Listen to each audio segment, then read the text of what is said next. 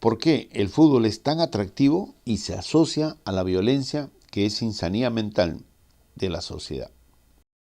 Cristian, para que también veamos un poco, cuando hablabas del tema de salud mental, que lo hemos tratado acá también, es una arista no menor y muy importante que imagino también tú también la tocas, la ves ahí desde tu mirada, tu óptica, ¿no?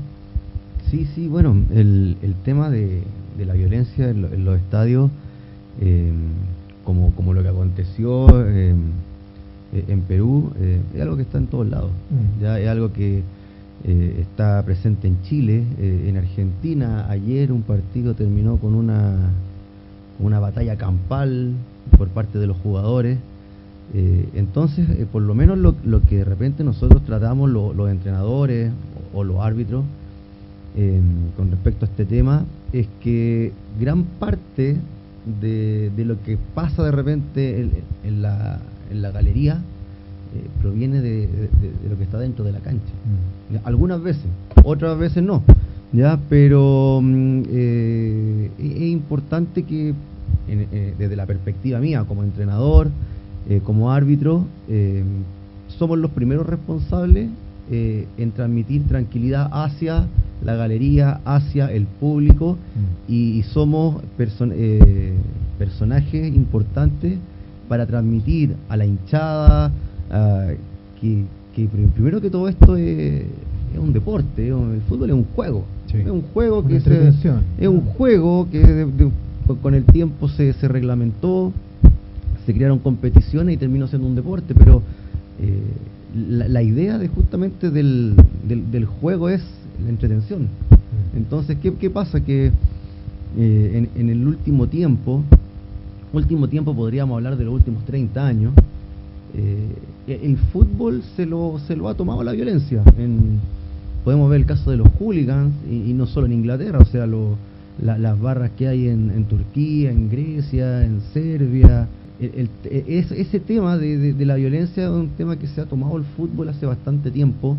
Las barras funcionan de esta forma, entre comillas, acogen ya a jóvenes principalmente, y cuando ya empiezan a acoger a un montón de jóvenes en estado, llamémoslo de una forma general, de vulnerabilidad social, con problemas en casa, claro, encuentran esta segunda familia, y resulta que, bueno, esta segunda familia de repente no tiene las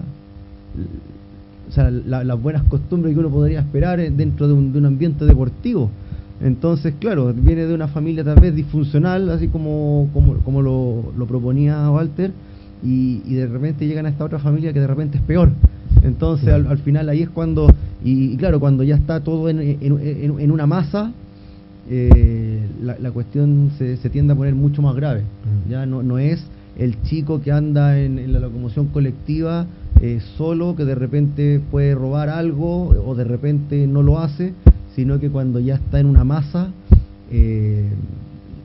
no hay un criterio. Entonces ahí es cuando todo se agranda y terminamos con estas tragedias. Mira, Cristian, pareciera que ahora voy a estar al lado del amigo que criticaba por qué estamos hablando de esto y no de fútbol, ¿ya? Pareciera, pero en realidad, mira, voy a partir para tocar lo que has tocado, que tú que has sido, se nota que conoces el tema, que estás muy, muy involucrado. Mira, lo primero que tenemos que hacer es reconocer que no es la violencia en el fútbol, no es la violencia en el fútbol, es la violencia que vivimos en la sociedad, que cuando se manifiesta en el fútbol se hace más visible, más notorio. ¿Por qué? Porque el fútbol llama la atención.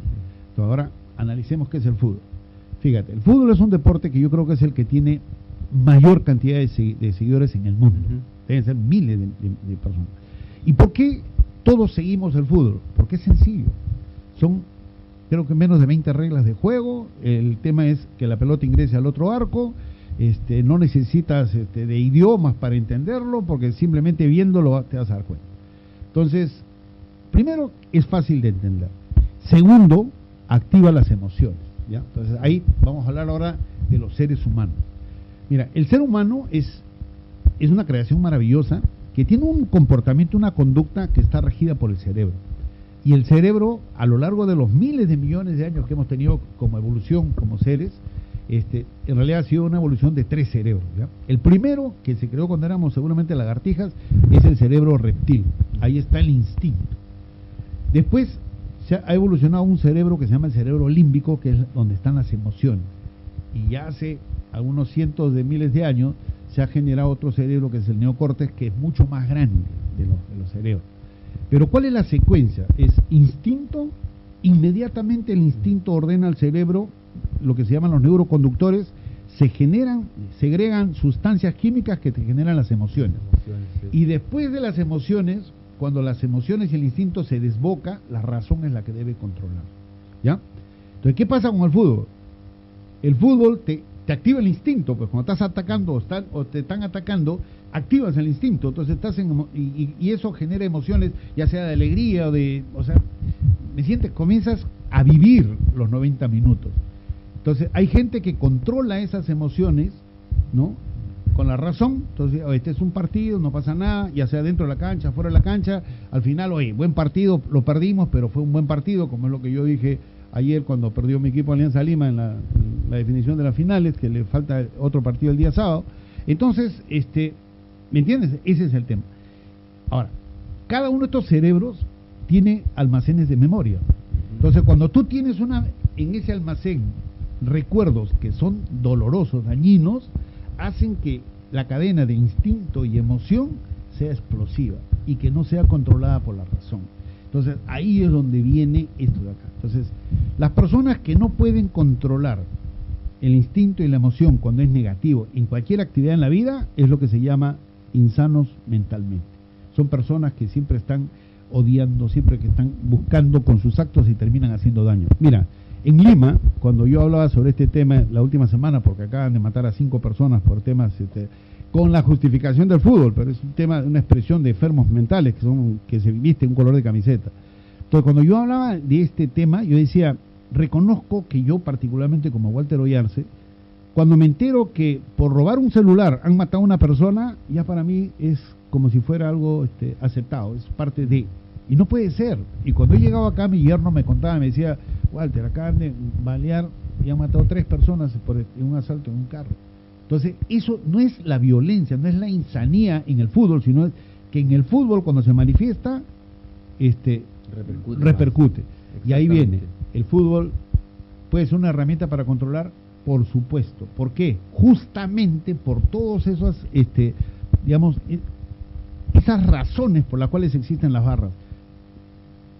Ellos se quieren, tienen identidad, quieren ser reconocidos, ¿no? Son solidarios.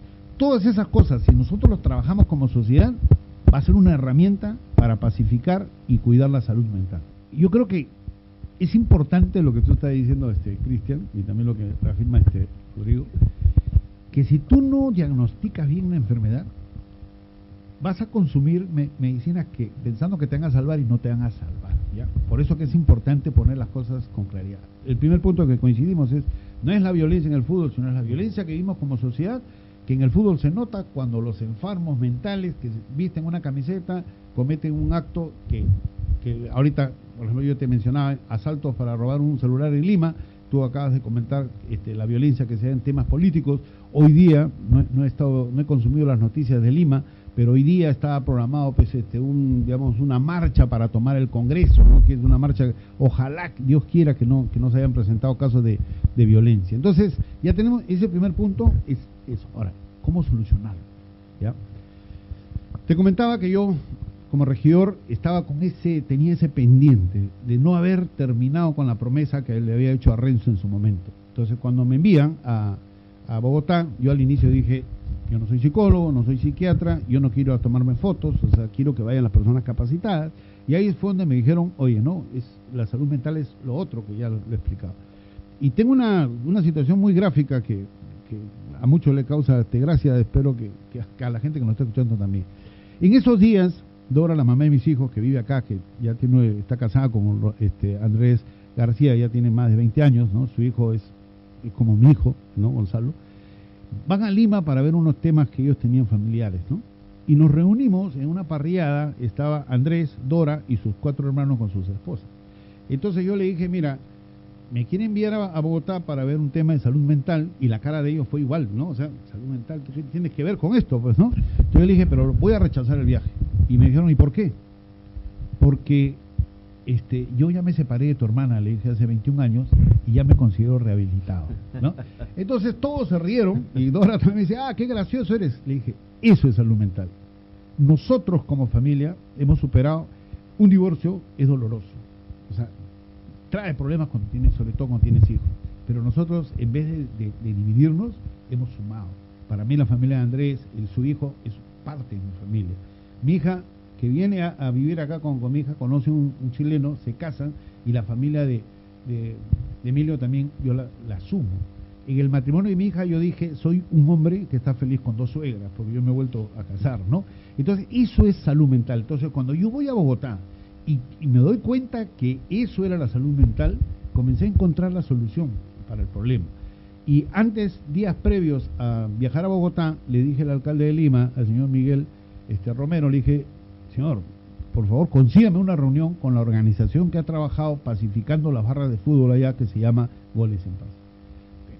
Es una historia bastante nutrida que no quiero entrar en detalles.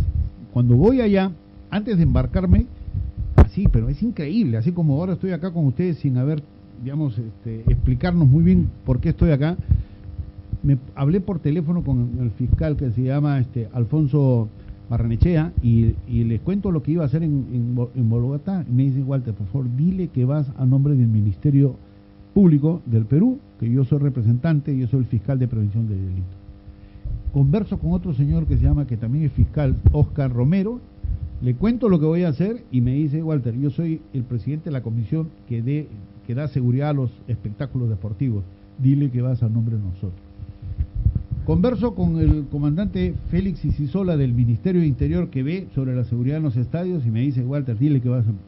Fui sin haber estado programado con este evento al que iba formalmente, hicimos un adicional y fui representando a 4 entidades, y allá en Bogotá me dijeron, nosotros estamos llanos a darle toda la experiencia, a compartir toda la experiencia. Díganos ustedes cuándo formalizamos el convenio. De modo seguido, veremos que el fútbol es una herramienta de formación.